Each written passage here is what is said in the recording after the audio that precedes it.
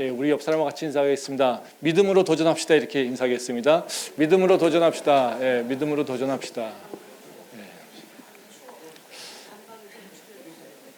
예. 에어컨 난방을 좀 줄여달라고 그러시는데요. 예, 우리 권사님께서 아마 추우신 것 같습니다. 예. 오늘은 내게 부르짖으라라고 하는 말씀으로 우리가 그 설교를 하려고 합니다. 오늘도 이제 예레미야의 말씀을 나누려고 하는데요. 사실 이번 선교를 준비하면서 이렇게 하나님께서 저한테 자꾸 이 예레미야서를 보게 하시는 것 같습니다. 뭐 이번 선교의 주제는 딱 제가 이렇게 정하진 않았지만 이렇게 하나님께서 이렇게 만들어 가시는 것 같아요. 사실 제가 이번 선교를 준비하면서는 뭐 이렇게 주제보다는 맨 처음 시작된 것은 우리 교회가 조금 변화되길 원한다라고 하는 생각에서 시작됐습니다. 변화를 하려면 좀 파격이 필요하다라고 하는 생각을 해서 또 우리 교회 환경상 또 우리 교회가 할 수 있는데 하지 못했던 것들이 있는 것 같다라고 하는 것 중에 뭐 하나님께서 한 40-50명 또 50명 이렇게 되는 교회 또 다 나름대로의 전문적 지식들 또 경험들을 갖고 있는데 그런 재능들을 다 활용하지 못했다라고 하는 생각이 좀 들어서 금년 들어서는 계속해서 이제 저희 교회를 변화시키려고 하는 방향성이 조금 하나님께 더 도전하는 것뿐만 아니라 우리가 아직까지 발견하지 않은 또 우리가 아직까지 하지 않고 있는 우리의 모습들, 우리의 그 능력들을 좀 활용하면 좋겠다라고 하는 거였습니다.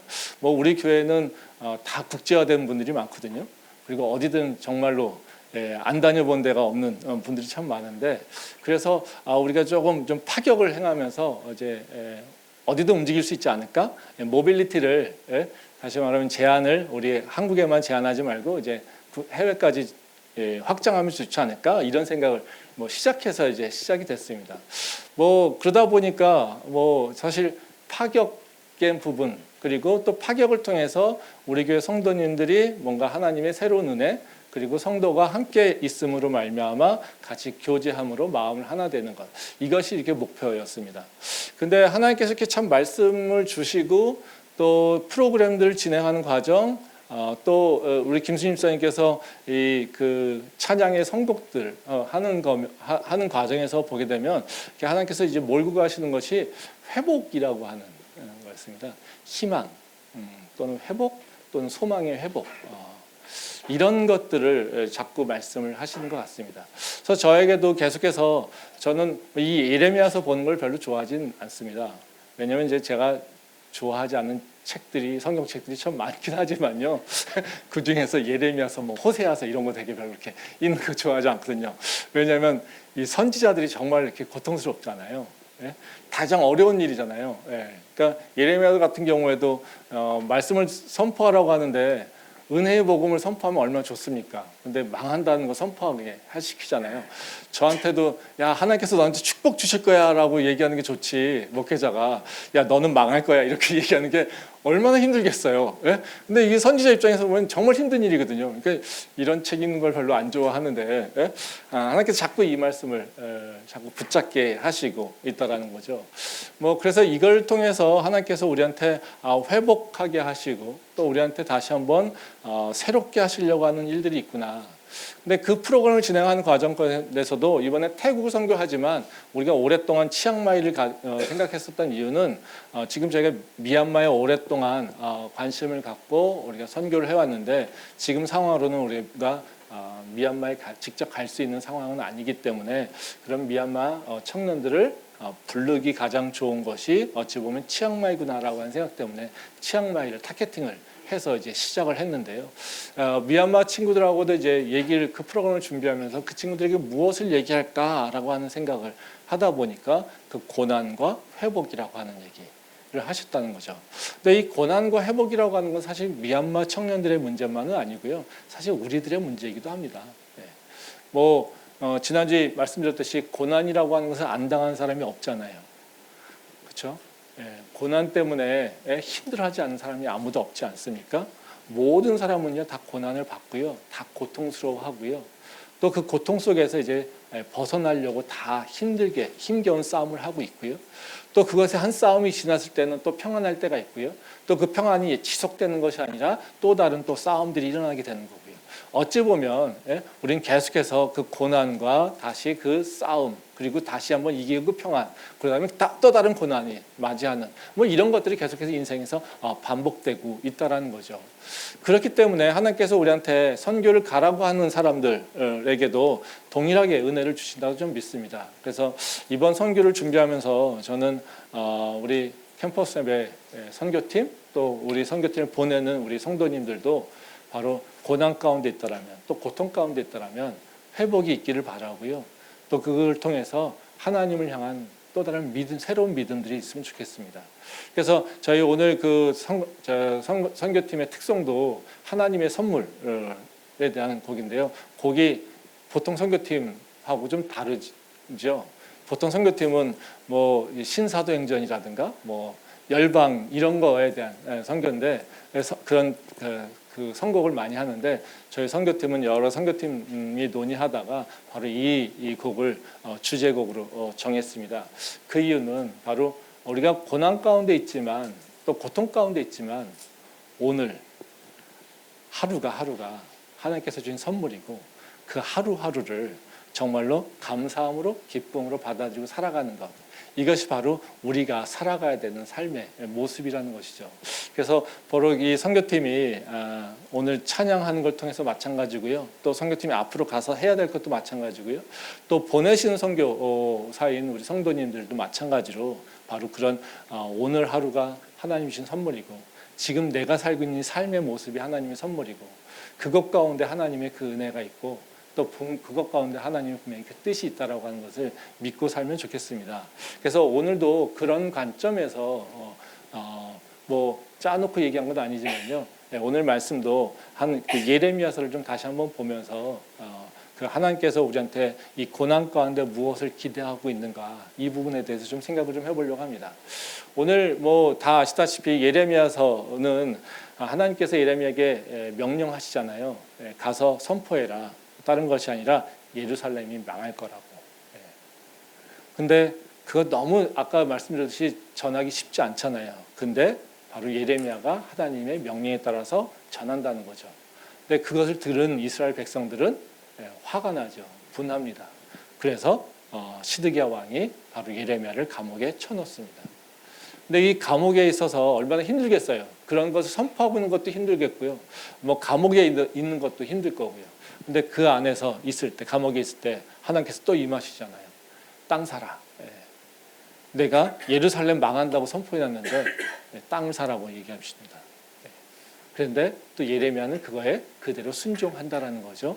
그래서 땅을 삽니다. 이것은 하나님께서 이제 말씀을 통해서 바로 하나님의 징계하심뿐만 아니라 하나님은 회복하심을 약속하고 있다는 겁니다. 그래서 우리는 징계라고 하는 개념을 바로 우리가 회복과 연결시켜서 하나님 안에서 해석해야 되지 징계 따로 회복 따로 이해하면 안 된다라는 거죠. 그래서 하나님이 우리한테 때로는 고난, 고통을 허락하시는데 근데 그 고난과 고통 속에서는 그것이 끝이 아니라 하나님은 언제나 회복이라고 하는 것, 그 과정 가운데 있다라고 하는 것을 이해하셔야 된다는 거죠. 그래서 우리가 지금 현재는 고통과 고난에 있지만 뭐를 향해서요? 회복이라고 하는 것 통해서 그것을 향해서 가야지 된다라는 것입니다. 근데 오늘 말씀해 보면요, 이제 감옥 중에 있을 때 하나님께서 또 예레미야에게 말씀하십니다. 그게 뭐냐면요, 부르짖어 기도하라고 하는 겁니다. 오늘 말씀 한번 보도록 하겠습니다. 예레미야 33장 3절 말씀입니다. 너는 내게 부르짖으라. 내가 내게 응답하겠고 네가 알지 못하는 크고 은밀한 일을 내게 보이리라. 오늘 읽은 말씀의 핵심 구절입니다. 이 말씀은 뭐 교회 조금만 다니신 분들은 다 알죠. 그리고 이거 수련의 주제 성구로 되게 잘 사용되는 겁니다. 아마 교회를 열심히 다녔다고 하는데 이 말씀을 모른다고 하면 아마 교회를 열심히 안 다녔거나 아니면 성경 공부를 기억력이 없거나 뭐 이런 분일 거라고 생각됩니다. 이 하나님께서 감옥에 있는 예레미야에게 뭐를 얘기하시냐면요, 부르짖어서 기도해라, 이걸 요구했다는 거죠. 뭐 이 말씀이 기도에 대한 얘기잖아요. 기도하라고 하는 것 때문에 이 말씀은 이제 우리가 기도를 열심히 해라, 열정적으로 기도해라, 뭐 이런 의미를 우리 교훈을 삼으려고 할 때 바로 이 말씀을 우리가 많이 사용한다는 겁니다. 뭐 우리가 이 기도란 필요성, 기도의 중요성, 뭐 이 말씀을 통해서 우리가 이해하는 것은 틀리지 않습니다. 뭐 기도하는 방식에서도 예전에도 얘기했지만 조용히 묵상으로 기도하는 것도 있고요. 소리내서 부르짖어서 열정적으로 기도하는 것도 있을 수 있다라는 거죠. 근데 그것이 어느 것이 옳다 그르다라고 하는 것은 아니고요. 때에 따라서 하나님과 소통하는 과정 가운데서 일어나고 있는 자연스러운 그냥 모습 가운데 있다는 거죠. 그래서 때로는 묵상으로 기도할 때도 있고요. 때로는 나지막하게 그냥 얘기하면서 기도할 때도 있고요. 또는 이렇게 지금 부르짖어서 열정적으로 절규하며 기도하는 모습도 있을 수 있다는 겁니다. 그래서 우리가 하나님께 기도할 때는 이렇게 갈급함으로 열정적으로 나갈 때가 있다라는 겁니다. 근데 오늘 그래서 이 말씀을 가지고 기도라고 하는 것만 가지고 얘기하기에는요. 사실 이 말씀은 좀 반쪽밖에 해석이 안 되는 것 같아요. 왜냐하면요. 바로 기도하라고 하는 말씀은 되게 많아요. 근데 이 말씀에서는 그냥 단순한 기도하라고 하는 것이 아니라 부르짖으라고 얘기하신다는 거죠. 그러니까 하나님께서 왜 부르짖으라고 하실까라고 하는 것을 우리는 좀 생각해 볼 필요가 있다는 겁니다. 근데 이 말씀은 또 그러면 그 요구사항을 좀 하나님께서 요구하시는 그 환경을 보게 되면요. 좀 독특합니다. 다시 말하면 즉 예레미야가 감옥에 갇혀 있는 상황에서 이 말씀을 특별하게 요청하신다는 겁니다. 그래서 이 말씀은 그렇기 때문에 우리가 단순하게 기도를 어떻게 해야 될 것인가라고 하는 그런 교훈, 이런 교훈으로 끝나는 것이 아니라 어찌 보면 이것은 우리가 고난과 또는 고통 가운데 있을 때 하나님께서 우리한테 요구하시는 것이 무엇인가라고 하는 것에 더 초점을 맞춰서 해석해 볼 필요가 있다는 거죠. 그래서 우리는 그냥 이 말씀 가지고 기도 열심히 하자라고 하는 것, 이것만 가지고는 좀 부족할 수 있다는 거죠. 물론 그렇다고 해서 고난 중에 기도하지 말라는 건 아닙니다. 기도 열심히 해야 되는 겁니다. 고난 가운데 있을 때, 고통 가운데 있을 때 무조건 기도해야지 된다는 겁니다. 근데 이제 우리가 기도를 해야 된다고 하는 필요성은 다 알지 않습니까? 근데 문제는 우리가 기도를 해야 되는 이유, 고난 가운데 왜 기도해야 되는지라고 하는 것을 잘 이해를 못하는 경향이 좀 있다는 겁니다. 많은 경우에 우리가 고난 가운데 기도해야 된다라고 하면 많이 어떻게 설명합니까? 쉽게 그렇게 생각하죠. 야, 너가 힘이 없잖아. 그러니까 힘센 분한테 부탁해. 이걸 되게 많이 얘기를 한다는 겁니다. 틀린 얘기는 아닙니다. 우리가 고난과 고통이 있다는 건 뭐겠습니까? 우리가 해결하지 못하는 문제가 있다는 거죠. 그럼 그거 문제를 가장 해결하기 좋은 방법은 뭡니까? 그 문제를 해결할 수 있는 능력 있는 분을 찾으면 되는 거죠. 그렇죠? 우리가 뭐를 모를 때도요. 아는 사람한테 물어보면 되는 거잖아요. 그렇죠? 근데 우리가 내 문제를 해결할 수 없어요? 그럼 내 문제를 해결할 수 있는 존재한테 그 문제를 들고 나오면 되겠죠. 그렇죠? 그러니까 당연히 내가 힘이 없을 때, 그래서 고통당하고 있을 때, 그때 우리가 해야 될 일은 힘센 분한테, 우리에게 능력 있는 분한테 문제를 갖고 나오는 것은 옳다라는 것이죠. 그러니까 우리가 고통 가운데 있을 때, 고난 가운데 있을 때, 또 문제에 직면했을 때 하나님한테 기도하는 것은 지극히 정상이라는 거죠. 근데 이런 해석만 가지고 있을 때는 문제는 뭐냐면요. 종교심만 키운다는 거예요. 내가 약해? 그러니까 힘센 분한테 찾아가야지. 이런 해석이 틀린 건 아니지만요. 그거는 뭐예요? 종교심만 키울 수밖에 없다는 거예요. 왜 그래요? 하나님한테 갔는데 안 돼요. 그럼 어떻게 해요? 문제 해결만 하면 되니까 다른 데한테 가잖아요. 그렇죠? 근데 기도했는데 하나님하고는 소통이 되지 않는다는 겁니다. 그러니까 기도라고 하는 것은 하나님과 소통하면서 나의 문제를 해결하는 건데 그냥 힘센 존재라고 하는 것, 이것만 따지고 이제 생각해서 기도한다고 한다면 우리는 그 안에서 종교심만 커질 수밖에 없다는 거죠. 실제로 하나님께서는 우리한테 뭔가를 명령하실 때는요, 우리한테 분명한 뜻이 있습니다. 그리고 목적이 있다는 거죠. 그러니까 우리한테 고통을 주시고 우리가 기도하게 하신다라고 하면 분명히 하나님은요, 그 안에서 우리한테 뜻이 있으시고 목적이 있다는 겁니다. 왜냐하면 하나님은요, 인격적인 분이세요. 인격적인 적이라고 하는 것은요, 정체성이 분명히 있다라는 것을 얘기하고 있는 거예요. 정체성이 있다라고 하는 것은요, 무엇을 좋아하는지 무엇을 싫어하는지 분명히 있고요. 또 행동하는 것에 대한 원칙이 있는 거고요. 그리고 행동의 그 원리에 따라서 일이 일어나게 하신다는 거죠. 그래서 우리는 많은 경우에 믿음을 갖고 있을 때 뭘 중요시 여기냐면 하나님의 성품을 되게 중요시 여깁니다. 그리고 또 하나님의 섭리를 되게 중요시 여깁니다. 근데 이 말씀이 다 어려운 얘기긴 하지만요. 하나님의 성품과 하나님의 섭리는 다 뭐냐면 하나님의 특성과 하나님의 통치를 드러내고 있어요. 그리고 하나님과 우리가 어떤 관계를 형성해 가는가를 결정하고 있어요. 근데 아까 얘기했듯이 하나님이 나보다 힘세니까, 하나님이 나보다 능력이 있으니까, 내가 어려우니까 하나님한테 가서 도움을 구해야지 라고 한다라면 뭐만 보고 있는 겁니까? 하나님이 여러 가지 특성 중에 뭐요? 힘센 것, 능력 있는 것, 이것만 찾고 있는 거라는 거죠. 근데 하나님에게 능력 되게 중요한 얘기입니다. 그렇지만 그것이 하나님의 정체성을 드러내기에는 너무나도 작은 존재라는 거예요. 작은 특성. 그러니까 하나님을 이해하기 어렵다라는 거죠. 하나님은 힘이 세시기도 하지만요, 아주 연약해 보이잖아요. 어떻게 알 수 있어요? 예수님은요, 바로 너무 힘이 세시잖아요. 근데 어때요? 십자가에서 무기력하게 죽으시잖아요. 그래서 이스라엘 백성들이 그걸 보고 어떻게 얘기합니까? 저 신이 아니네. 야, 네가 하나님이라면, 네가 메시아라면, 네가 구원자라면 너부터 먼저 구해봐, 이렇게 얘기한다는 거죠. 그렇죠? 왜요? 야, 네가 나를 구원하러 왔다며, 그럼 너부터 먼저 해결해봐, 이겁니다. 그렇죠?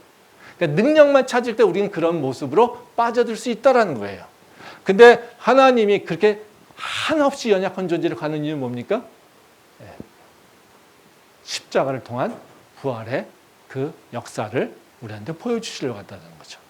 그래서 우리는 하나님을 바로 능력 있는 자, 이거 하나로만 이해하기에는요, 우리 하나님과 소통하기에 너무 부족해요.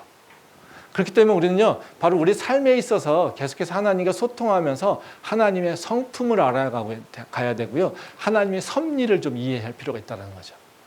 그때 우리는요, 영적인 원리도 파악하게 되는 거고요, 내 삶을 볼 수 있는 그 눈도 다시 떠지는 거고요, 그리고 우리 삶의 문제를 해결할 수 있는 지혜도 명철도 내게 다가올 수 있다는 거예요.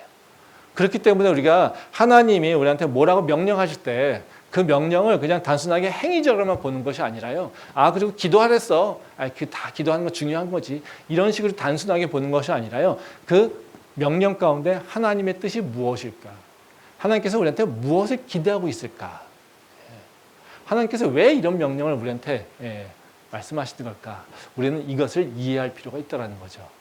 오늘 읽은 말씀에서도요, 이제 하나님께서 예레미야한테 딱 얘기하시잖아요. 하나님을 향해 부르짖으라고 얘기하십니다. 그러면 너한테 크고 바로 비밀스러운 일을 내가 너한테 보여줄 거야, 이렇게 얘기하고 있다는 거죠. 이것은 그냥 단순하게 기도해라, 그럼 내가 너한테 응답할 거야, 이건 좀 다른 얘기라는 거죠. 그 앞에 뭐가 있습니까? 너는 나를 향하고 나는 너에게 크고 비밀스러운 걸 보여줄 거야. 이 수식어가 뭐가 있다는 건 뭐예요? 특별한 의미가 있다는 거잖아요. 그렇죠? 그래서 하나님께서 예레미야에게 이렇게 명령하시는데 왜 그렇게 명령하셨을까? 무슨 의도를 갖고 있었을까? 이 부분 좀 생각해 보려고 합니다. 그래서 하나님이 고난 가운데 있는 예레미야에게 바로 그 명령하신 그 이유를 생각하면서 우리가 고난 가운데 있을 때, 우리가 고통 가운데 있을 때 우리는 어떤 일을 해야 되는지 그걸 좀 생각해 보려고 합니다. 그 첫 번째로는요, 먼저 우리가 고난 중에 기도해야 되는 이유, 또 하나님께서 부르짖으라고 하는 이유, 이것은 무엇이냐면요, 하나님은요, 우리가 받고 있는 고난이라고 하는 것을요, 그냥 단순하게 수단 도구로만 행동하는 것이 아니라 하나님이 우리가 겪고 있는 고난이라고 하는 것에 어떻게 이해하고 계시냐면요, 그겁니다. 너의 현실이야, 이겁니다. 현실이라고 하는 의미는 뭐냐면 너가 극복해내야 될 너의 문제야, 이렇게 얘기하고 있다는 거예요. 너는 그 고난 가운데 그냥 무너지는 것이 아니라 너는 반드시 그것을 이겨내야 돼. 그리고 너가 해결해야 돼. 그러니까 고난에 숨지 말고, 고난에 피하지 말고 너가 직면해야 될 현실이라고 하는 것을 하나님은 분명하게 우리한테 말씀하고 있다는 거예요. 말씀 한번 보겠습니다. 예레미야 33장 1절과 2절 말씀입니다. 예레미야가 아직 시위대 뜰에 갇혀 있을 때에 여호와의 말씀이 그에게 두 번째로 임하니라. 이르시되 이를 행하시는 여호와, 그것을 만들며 성취하시는 여호와, 그의 이름을 여호와라 하는 이가 이와 같이 이르시도다. 이 말씀은 이제 하나님이 기도하라고 명령할 때 그 예레미야의 그 상황을 설명하고 있어요. 이 말씀에 이 재미있는 건 뭐냐면요, 그 1절과 2절이 그 3절 명령하는 상황에 이 3절을 명령하는 것의 환경 또는 상황을 설명하고 있는데요. 1절과 2절이 예레미야와 하나님을 이렇게 대비시키고 있다는 거예요. 여기 보면 1절에 뭐라고 이게 1절에 나와 있는 핵심적인 내용은 뭐냐면요. 예레미야가 감옥에 갇혀 있어 이겁니다. 감옥에 갇혀 있다는 건 뭐예요? 아무것도 할 수 있는 게 없어 이겁니다. 그렇죠? 그리고 2절에서 나오는 얘기는 뭐냐면 하나님이 누구신지를 설명하고 있어요. 그렇죠? 근데 여기서 그 하나님을 설명하고 있는 것은 뭡니까? 일을 하시는 여호와, 만드시고 성취하시는 여호와. 이건 뭐냐면요. 창조주 하나님을 얘기하고 있는 거예요. 그러니까 창조하신 하나님 이것을 설명하고 있어요. 이 문장은 대비되죠. 감옥에 갇혀 있는 자는 뭡니까? 아무것도 할 수 없는 자. 그렇죠? 내가 혼자서 가고 싶은 데도 갈 수 없는 자. 내가 원하는 것을 움직일 수도 없는 자. 그렇죠? 그런데 그런 예레미야에게 어떤 분이 말씀하시냐면요. 천지를 창조하시고 전지전능하신 하나님. 그분이 지금 말씀하고 있다는 거예요. 한번 생각해 보세요. 이 예레미야는 어떤 상황, 어떻게 지금 그 감옥에서 무슨 생각을 하고 있었을까요? 하나님 말씀대로 예루살렘이 망할 거야 선포했어요. 물론 기대했겠죠. 욕 먹을 것을. 그런데 아마도 그런 소망도 있지 않았을까요? 하나님께서 이렇게 명령하신 거 보니까 혹시 회개하는 자들이 있지 않을까? 혹시 뭐 또 어떻게 해요? 다시 자기 얘기를 듣고 하나님께 회개하며 다시 돌아온 자들이 있지 않을까? 뭐 저희 캠퍼스에 선교팀이 이제 선교 준비하면서 노방전도 할 거 준비하고 있거든요. 그러면 지금 떡볶이를 몇 인분을 해야 될까? 우리 초청잔치를 준비하고 있는데요. 초청잔치에 몇 명이 나올까? 뭐 이러고 막 이렇게 얘기가 많았어요. 수십 명 얘기하고 이런데요. 제가 우리 유식집사 선교팀 준비하는 팀장인데요. 몇 명 안 올 텐데. 많이 안 올 텐데. 우리는 어떤 생각이 들어요? 하나님께서 뭔가 우리한테 명령하시고 가라를 하면 우리는 어떻게 해요? 뭐든지 우리가 충만하게 풍요로운 결과가 나올 거라고 생각한다는 거죠. 우리가 선한 열매를 맺을 거라고 기대한다는 거죠. 예레미야도 그러지 않았을까요? 어쩌면 예루살렘 멸망하는 거 싫어할 거야. 그렇지만 하나님께서 그거를 나한테 명령하신 것은 분명하게 이유가 있겠지. 누군가가 듣고서 회개할 놈이 있을지도 몰라. 회개할 이스라엘 백성들이 있을지도 몰라. 이런 기대 안 했겠습니까? 그렇죠? 제가 예레미야라면 그런 기대했을 것 같아요. 근데 결론은 뭡니까? 감옥에 갇혀 있다는 거죠. 그렇죠? 땅 사는 것밖에 말씀 없고요. 그리고 아마도 하나님께서 당분간 예레미야한테 특별한 얘기 안 하시고 있을지도 모른다는 거죠. 그 상황에서 예레미야는 어떤 마음이었겠습니까? 나는 정말 할 일 다 했지. 이럴까요? 아니라는 겁니다. 예레미야는 되게 마음이 아팠을 거고요. 답답했을 거고요. 자기에게 어떤 일이 일어날지 그 미래에 대한 두려움과 불안감이 있었을 겁니다. 그 감옥에 앉아서 수만 가지 생각을 하지 않았겠습니까? 그런 상황 가운데 있었다는 거죠. 예레미야는 아마 근데 자기가 여러 가지 고민이 있고 두려움이 있고 답답함도 있고요. 하지만 예레미야는요, 지금 어때요? 할 수 있는 게 아무것도 없다고 생각할 수밖에 없죠. 왜? 감옥에 갇혀 있으니까. 이게 우리의 모습 아닙니까? 우리가 고난을 당하고요, 고통을 당할 때 우리에게 오는 마음은 어떤 거예요? 이거는 쉬운 일이지. 내가 이렇게 하면 해결돼. 이거 이렇게 하면 할 수 있어. 이런 문제 별것도 아니야. 이렇게 생각이 드는 사람이 있을까요? 어찌 보면 그런 생각을 드는 것, 또 그런 방법이 있다라고 하면요, 우리는 그 상황을 고난이라고 생각하지 않아요. 고통이라고 생각하지 않아요.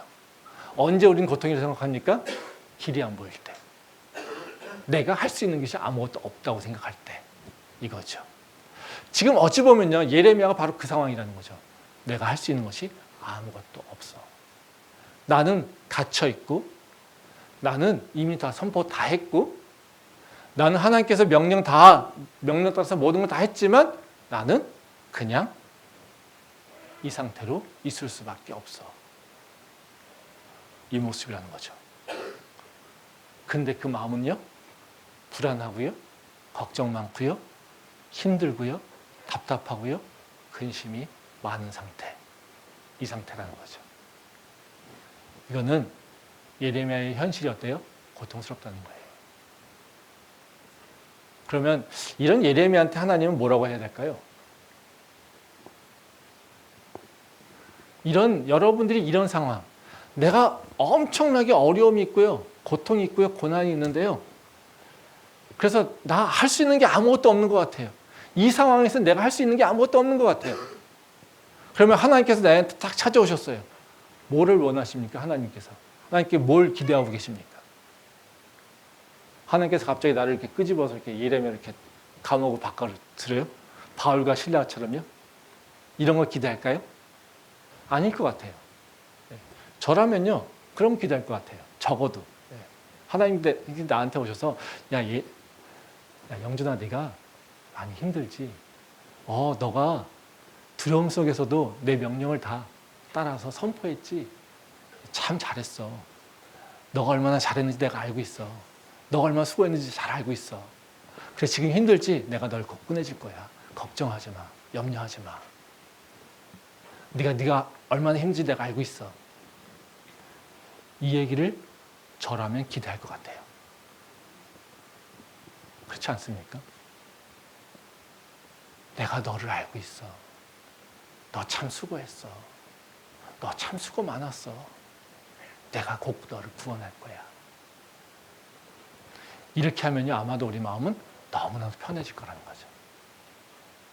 근데 하나님 뭐라고 하십니까? 야, 쉬지 말고 기도해, 이거예요. 너 왜 그러고 있어? 부르짖어 기도해. 왜 너 낙담하고 있어? 나를 바라고 부르짖고 기도해, 이겁니다. 한번 생각해 보세요. 이 말씀이 되게 좋잖아요. 넌 내게 향해 부르짖고 기도해라. 그럼 내가 너에게 응답하겠고 크고 비밀스러운 걸 너한테 보여줄 거야. 이게 되게 좋은 얘기지만요. 사실 어때요? 낭망에서 막 땅으로 들어가고 있는데 너 왜 그러고 있어? 나를 향해, 나를 바라보면서 기도하고 있어. 그냥 기도하는 게 아니라 나를 향해 부르짖어. 이렇게 얘기하고 있다는 거예요. 힘 빠진 사람한테. 아무것도 할 수 있는 게 없는 사람한테. 모든 것이 끝났다라고 그냥 생각하는 사람한테 뭐 하고 있어요, 지금? 부르짖어 기도하라는 거예요. 이건 무슨 얘기입니까? 네 앞에 있는 고난, 네 앞에 있는 고통 가운데 너가 할 수 있는 것이 없는 것이 아니라는 겁니다. 너가 할 수 있는 것이 없다고 생각하지만 너는 할 수 있는 것이 있고 너는 해야 돼, 이겁니다. 너는 주저앉아 있어야 될 것이 아니라 너는 움직여야 돼, 이겁니다. 그래, 네가 감옥에 있는 걸 감옥에서 아무것도 할 수 있는 게 없다고? 할 수 있는 게 있어. 네가 나를 바라보면 돼. 너는 나를 알잖아, 이겁니다. 너가 왜 감옥에 갔니? 나 때문에 갔잖아. 네가 왜 거기서 갇혀있니? 내 말 따라서 너가 순종해서 선포해서 갔잖아. 너 인생은 내가 책임지잖아. 그러니까 나를 바라보라는 겁니다. 그래서 지금 예레미야한테 뭐라고 얘기하십니까? 창조주야, 나는 다 할 수 있어. 난 뭐든지 할 수 있어. 나는 길이 없는 곳에서 길을 만들어내고 빛이 없는 곳에서 빛을 만들어내고 이 세상의 모든 것들을 다 만들어 놓고 그것을 다 질서 있게 만들고 그 질서가 깨지지 않게 섭리 가운데 이루어지게 만드는 바로 그 창조주야. 이것을 지금 말씀하고 있다는 거죠. 이건 다시 말하면 무슨 얘기입니다. 무슨 얘기냐면요. 하나님께서 그러는 거예요.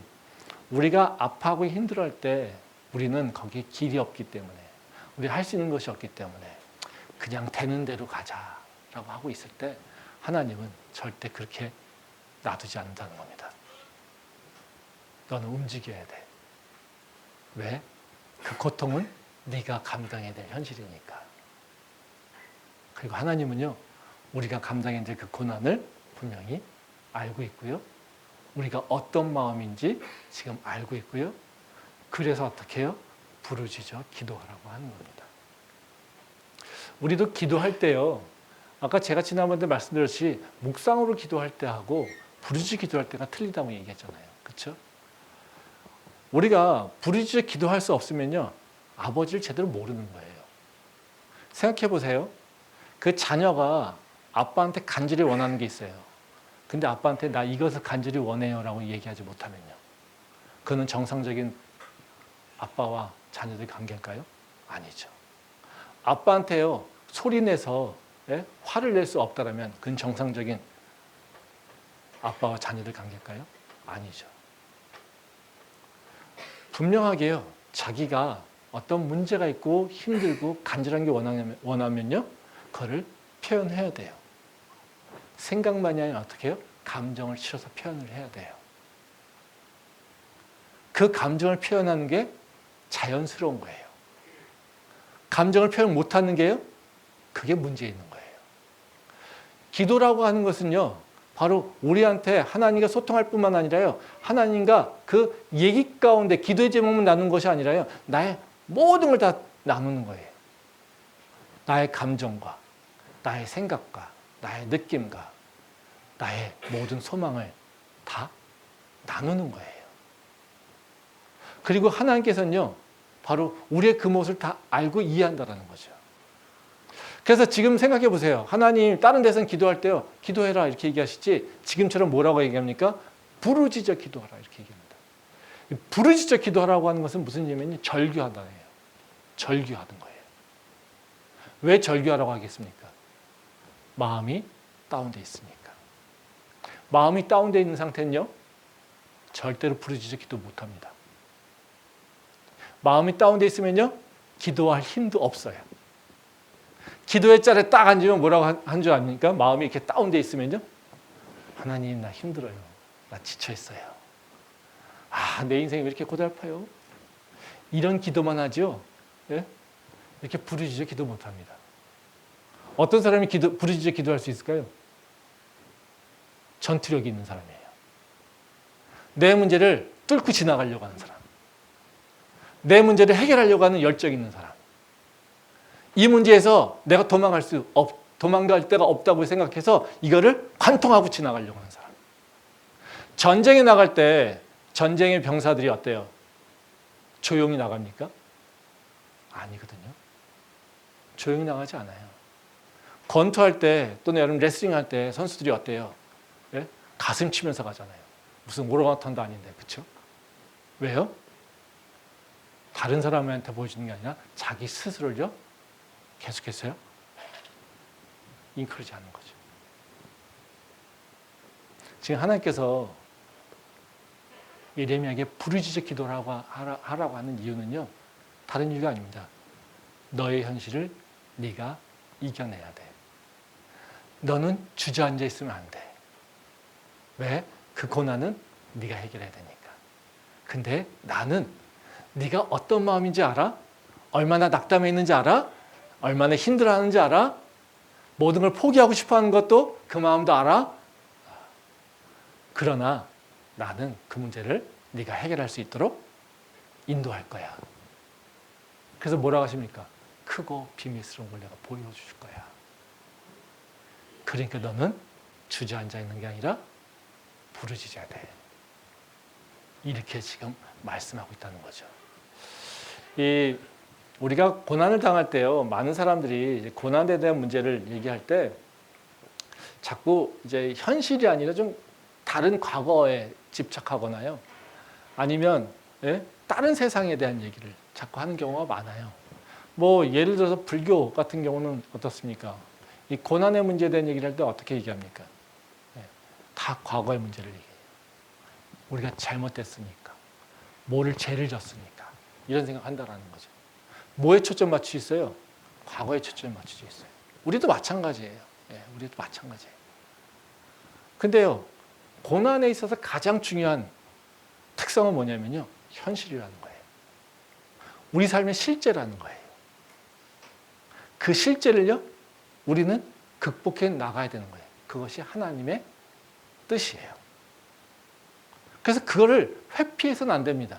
그걸 자꾸 도망가서도 안 됩니다. 그리고 그걸 감정적으로 그냥 소비시켜버리는 걸로 끝내서는 안 돼요. 하나님이 우리한테 원하시는 건요, 네가 해결해야 돼.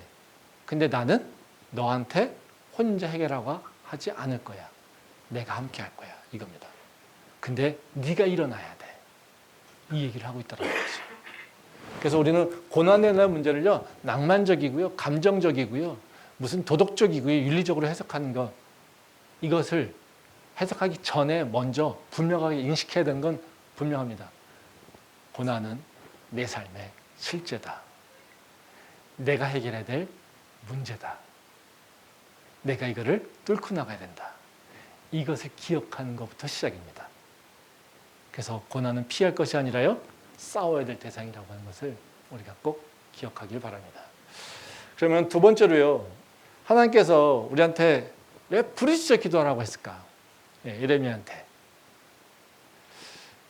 그 가운데는요, 분명히 하나님이 뭔가 의도하신 게 있겠죠? 그건 뭘 의미하냐면요, 우리가 지금 직면하고 있는 고난 가운데는요, 항상 하나님의 뜻하신 바가 있다는 거예요. 고난에는요, 그것이 하나님이 허락한 거라고 우리가 믿고 있다면요, 우리는 그 고난의 목적도 우리는 생각해 봐야 된다는 거예요. 모든 고난은 목적이 있으니까.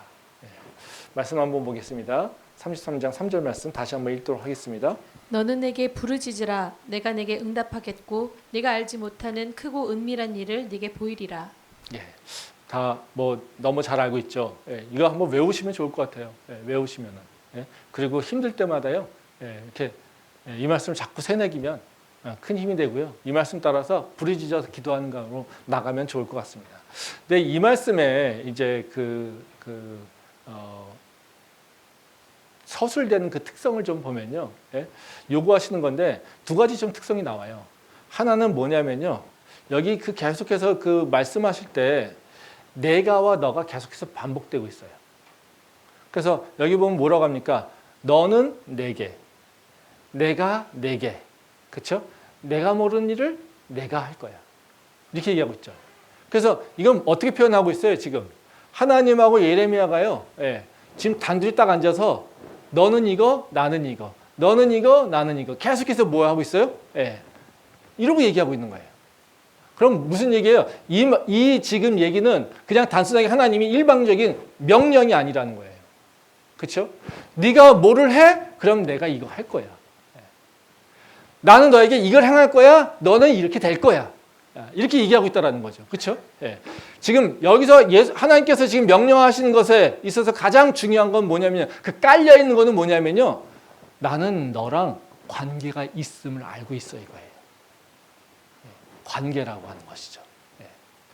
두 번째 특성은 뭐냐면요, 그러면 그냥 단순하게 좋아질 거야, 기쁠 거야, 이런 게 아니라는 거예요. 여기 다 뭐를 표현하고 있습니까?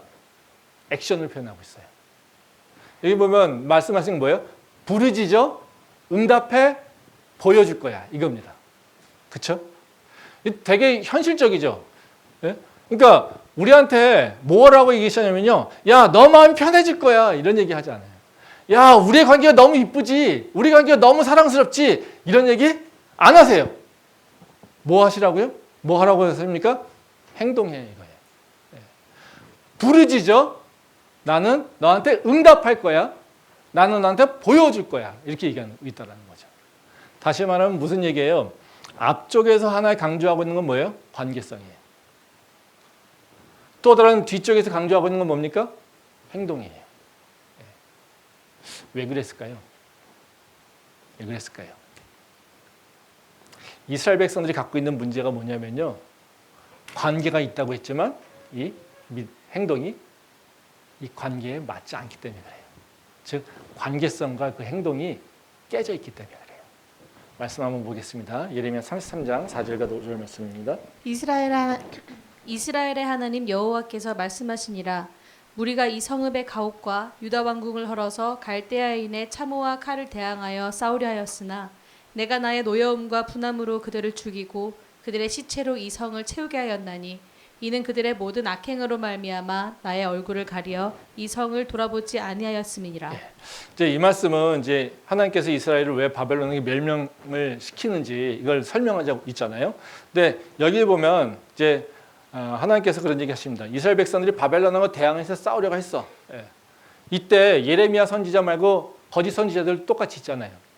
뭐라고 하십니까? 야, 하나님께서 우리를 선택하신데, 우리 하나님이 선택받은 백성인데, 야, 하나님 우리를 사랑하시는데 우리는 이기게 하실 거야. 이거죠. 근데 이 예레미야 선지자는 야, 아니야, 하나님께서 망하게 하실 거야.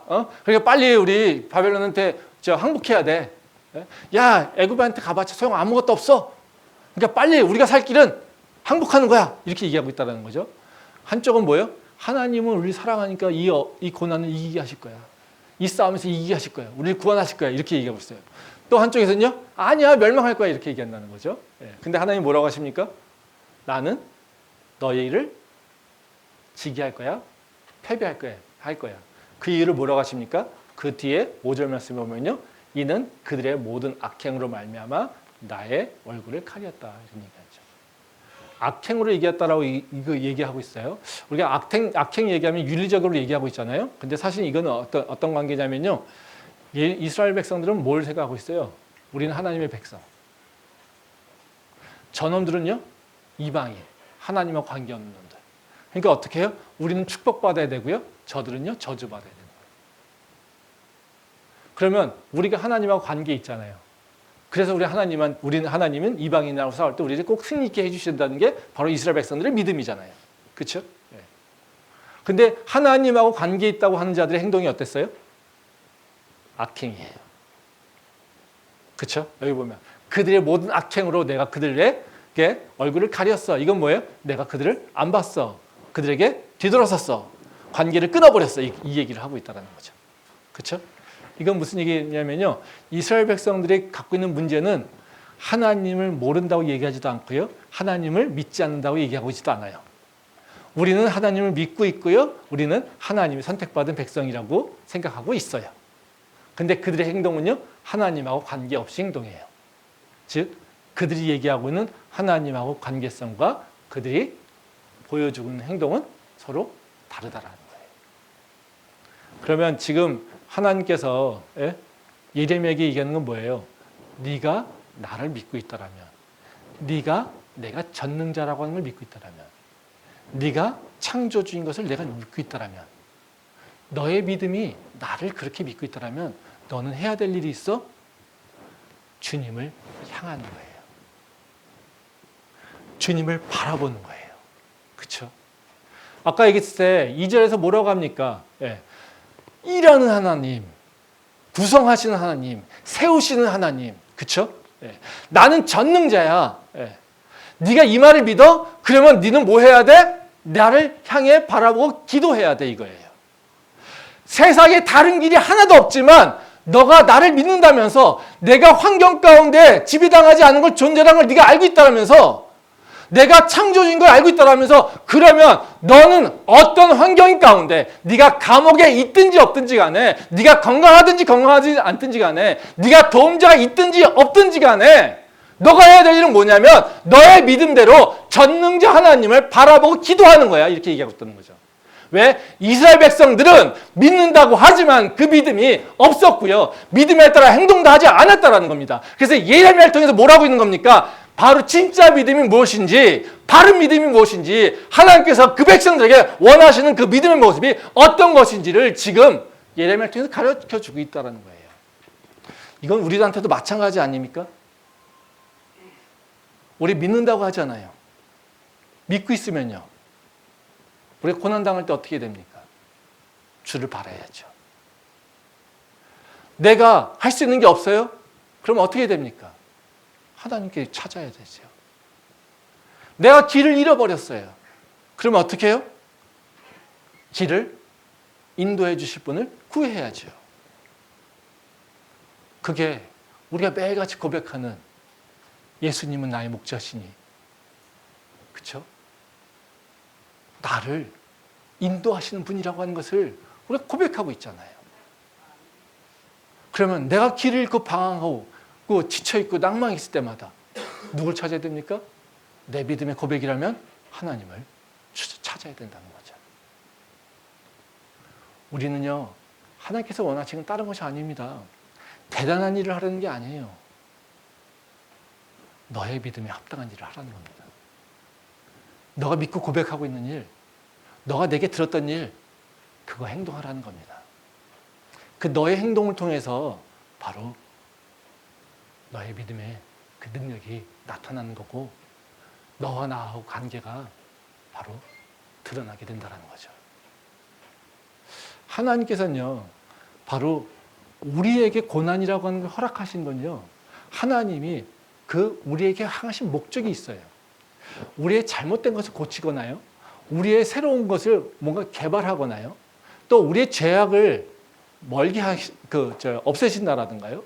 뭐 어떤 하나님이 분명히 계획하신 것이 있어요. 각 사람들마다 다 다른 환경이 있잖아요. 각 사람들마다 다 똑같은 고난인 것 같지만요, 다 하나님은요, 바로 그 각 사람의 상황에 맞춰서 고난을 허락하세요. 근데 그 고난이라고 하는 것이요, 다 각 사람에게 가장 필요한 것들을 주시려고 하는 거예요. 왜? 회복이라고 하는 것은요, 하나님께서 우리를 더 좋게끔 업그레이드 시키려고 하는 부분이 있기 때문에 그렇다는 것이죠.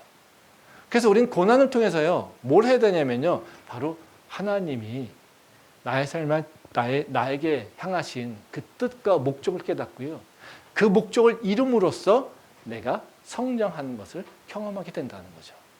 그래서 많은 고난을 그리고 어려움을 겪을 때요, 하나님 말씀을 극복해 나갈 때 우리는 뭐예요? 성숙하게 된다는 거죠. 말씀 한번 보겠습니다. 잠언 3장 11절부터 14절 말씀입니다.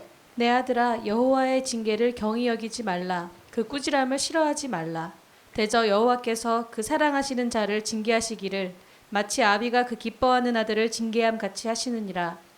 지혜를 얻은 자와 명철을 얻은 자는 복이 있나니 이는 지혜를 얻은 것이 은을 얻은 것보다 낫고 그 이익이 정금보다 나음이니라. 예, 이 말씀은 이제 젊은이들에게 주는 교훈입니다. 잠언 기자가 뭐라고 하냐면요, 하나님의 징계와 지혜를 연결하고 있어요.